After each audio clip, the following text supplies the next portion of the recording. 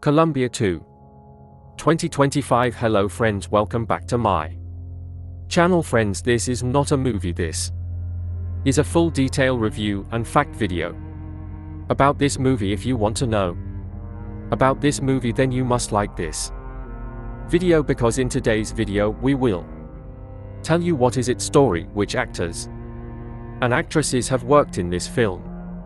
The director, producer, cameraman of this film is going to talk about them in detail. We will talk about the post-production, pre-production budget, and filming of this film. The star cast of the film will also give details about the supporting cast and production guys. If you want to know about this movie, you must watch this video. You will find all the details of this movie in this video. What is the story of this movie? If you like this video, then share it with your friends and subscribe our channel. Colombia 2 in 2025 has not been officially announced or confirmed by the original film's producers or studios. Colombia 2 2025 brings back the fierce Catalina Restrepo, portrayed by Zoe Saldana, on another journey of vengeance and justice, following the events of the first film,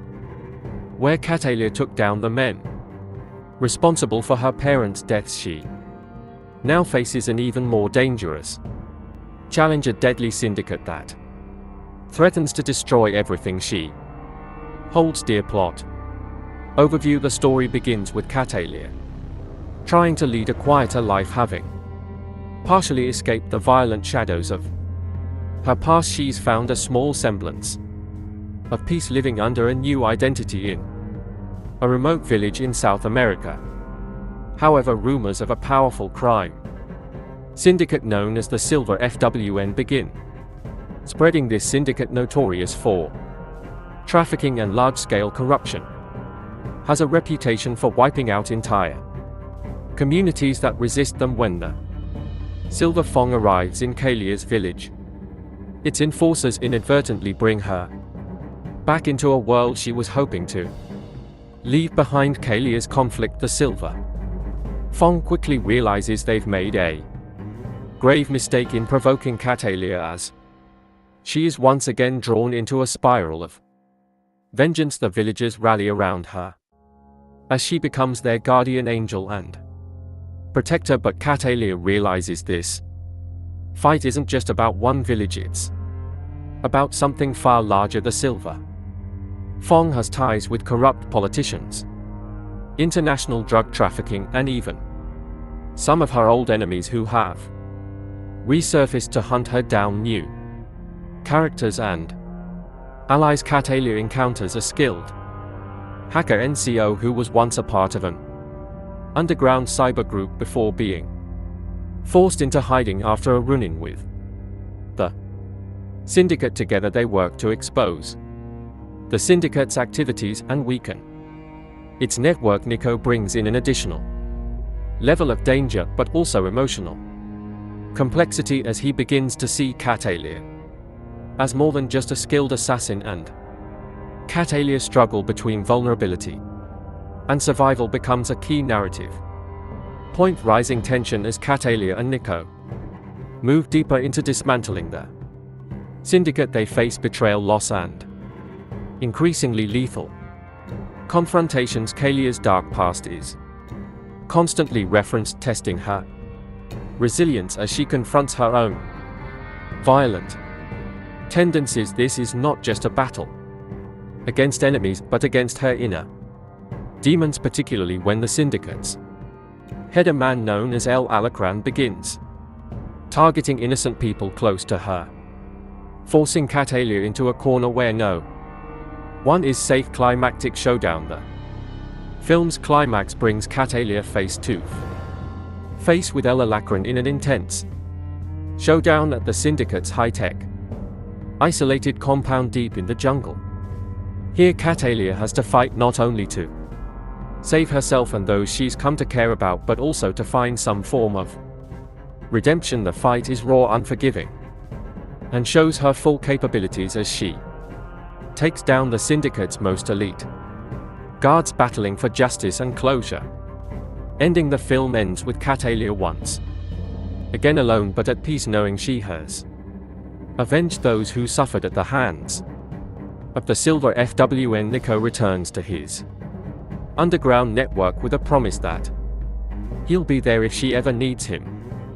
Catalia, with scars both visible and hidden, walks into the sunset, symbolizing her endless fight for justice and the price of survival. Overall tone: the sequel maintains the gritty high-stakes action and intense emotional stakes of the original, with a more in-depth exploration of Catalia's psyche. Colombia 2 promises to deliver heart-pounding action while diving into questions of loyalty, vengeance, and the cost of a life lived in shadows. Plot for Colombia 2. 2025 Colombia 2 takes us back into the ruthless, high-octane world of Catalia.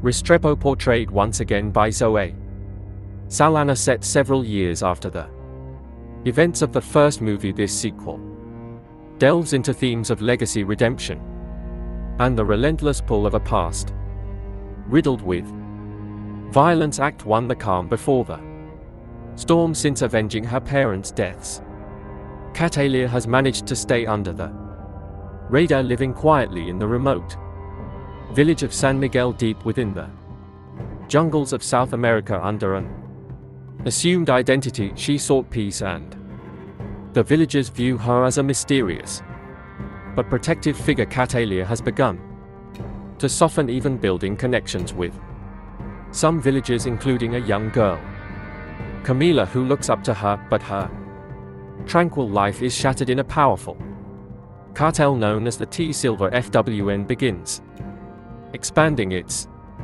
territory, headed by the ruthless and elusive leader known only as El Alrin the Scorpion. The syndicate engages in drug trafficking, arms dealing, and human exploitation. San Miguel is targeted due to its strategic location for trafficking routes, and the cartel wastes no time making its presence known through violence and terror. Act 2: Catalia resurfaces when Silver Fong enforcers assault San Miguel. Catalia is forced to reveal her skills defending the villagers with lethal precision.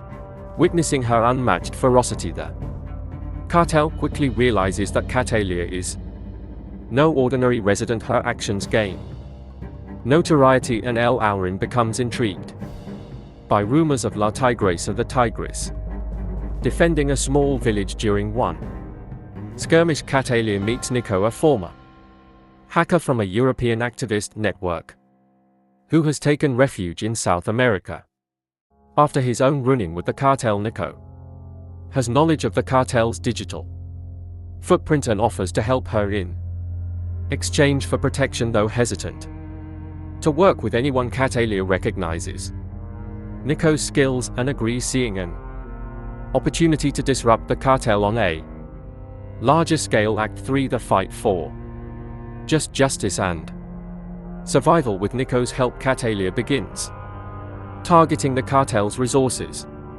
destroying shipments, intercepting communications, and undermining Silver Fong's hold on nearby communities. Her actions enrage El Alrin, who responds by sending elite assassins to San Miguel. The attacks escalate, becoming personal when the cartel captures and kills Camila, the young girl. Catalia had grown attached to Camila's death, pushes Catalia over the edge, unleashing her deepest rage. No longer content to simply disrupt operations, she makes it her mission to hunt down El Alacron and dismantle Silver Fong entirely. The villagers, though fearful, offer their support, and Ni becomes a loyal ally, risking his life to assist her in every way he can. Act 4: Entering the Lion's Den. Catalia learns of El Alacron's stronghold, a fortress deep in the jungle, outfitted with advanced technology, OLOG, and heavily guarded with Nico's digital infiltration. She discovers the compound's weaknesses and embarks on a deadly mission, navigating treacherous terrain and fending off the cartel's relentless mercenaries. Nico provides remote support, but is eventually captured, forcing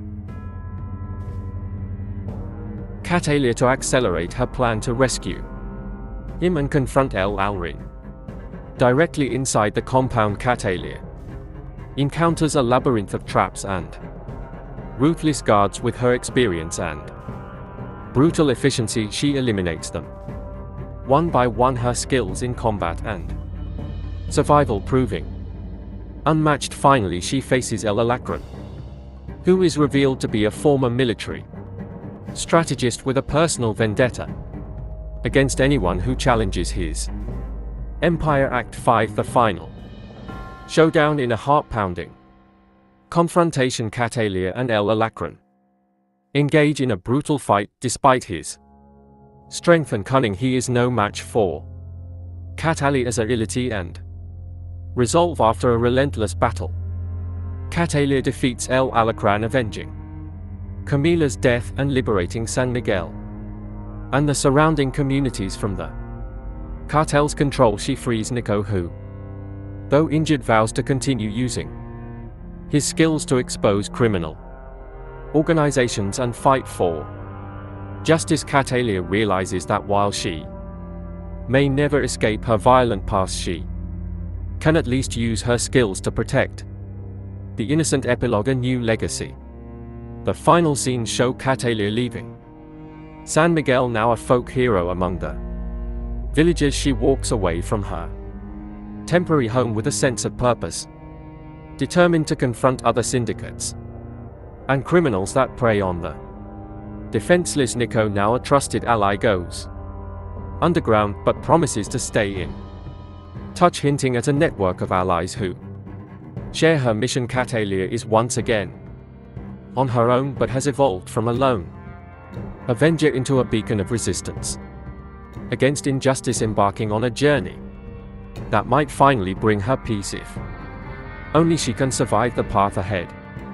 Production background: Colombia 2 2025 builds upon the cult status of the original Colombia 2011, a film that combined pounding action with a deeply personal revenge plot. Directed by Olivier Megaton and written by Luc Besson and Robert Mark Kaiman, the first film brought viewers into the dangerous world of Catalia Restrepo, a fierce assassin driven by vengeance for her parents' murders. Over the years, the film has gained a dedicated fan base, fueling demand for a sequel that would delve further into Calia's complex character and offer closure, or perhaps a new beginning for her story. Director: The reins of Colombia 2 have been taken up by filmmaker David Leitch, known for his work on action-packed films like John Wick, Atomic Blonde and Hobbs and Shaw. His flair for meticulously choreographed action sequences combined with narrative depth and character exploration makes him a fitting choice to take Calia's journey to new levels. Production studio and writers: produced by Europa Corp and Sony Pictures. The script has been penned by emerging screenwriters known for their work in gritty dramas, focusing on a narrative that emphasizes character development alongside high-stakes action, with a reputed director and dedicated writing team. Colombia 2 promises to be a worthy successor with strong character focus and cinematic appeal. Encore. Encore, encore, encore, encore, encore. Encore, encore, encore, encore, encore. Encore, encore, encore, encore, encore. Encore, encore, encore, encore, encore. Encore, encore, encore, encore, encore. Encore, encore, encore, encore, encore. Encore, encore, encore, encore, underscore. Underscore, underscore, underscore.